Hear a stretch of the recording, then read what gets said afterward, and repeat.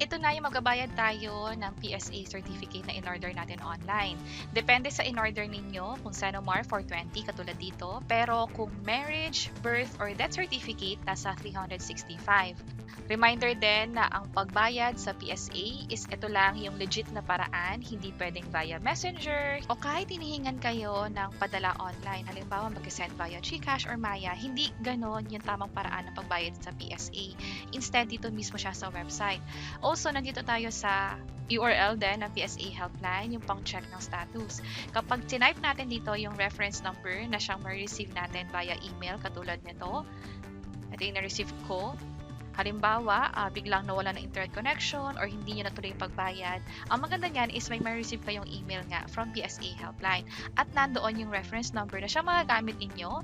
Kapag kinlik nyo tong link, dito kayo mapupunta at pag tinype nyo nga yung reference number, nakalagay dito na your order is currently waiting for payment. At pwede nyo i-click ulit tong show payment options para sa iba't ibang paraan ng pagbayad online. So, click ko na yung I confirm and click ko na yung continue. Kung mapapansin nyo, sa mismong website ng PSA helpline, may redirect tayo dito. Merong reference number sa bandang taas at iba't ibang way ng pagbayad.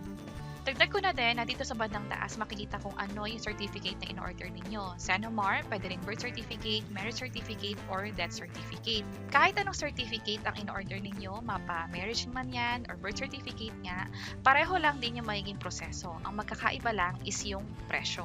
So, dapat before kayo magbayad, nagawa nyo na yung pag-provide na information or pag-order online. Ginawa namin yan sa separate video. Pwede nyo i-check yung link sa description sa baba. And now, proceed na tayo on how to pay your PSA certificate online. Pwede magbayad via credit card, GCash, PayMaya, ShopeePay, or bayad online na app.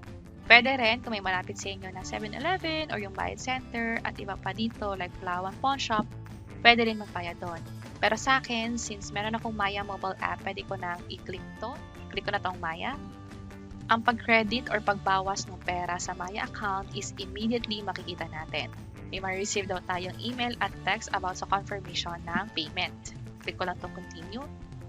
Meron dalawang way para magbayad. Express checkout. For an easy payment, pwedeng i-click itong Maya.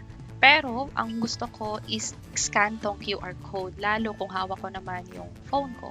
I-open ko na yung Maya mobile app, then mag-login lang ako. So, 894, enough na to para mabayaran yung PSA document. So, ang gagawin ko is scan ko to, and proceed tayo. Click ko tong continue, and tap ko yung pay now. View receipt tayo, may proof ako ng payment dito, pwede ko itong i-screenshot. Also dito sa computer, nag-proceed na siya. Back to merchant tayo.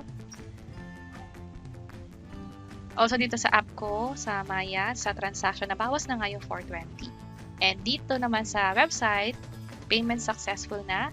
Meron ditong delivery requirements or reminders pala. Kung sakaling kailangan ng support or may mga question, pwedeng tumawag sa kanila during these days and during these hours. So, balik lang ako and then pwede tayong mag-order ng panibagong certificate. Also, may ma-receive kayong email about this transaction. Galing siya sa psahelpline.ph. Andito yung reference number na magagamit nating pang-tracking na din. At sana nakatulong tong video na to. Kung pakiclick ang like button at para sa iba't ibang mga tutorial videos, pwede nyo i-check itong mga nasa baba. Sana makatulong and see you sa mga next videos. Bye!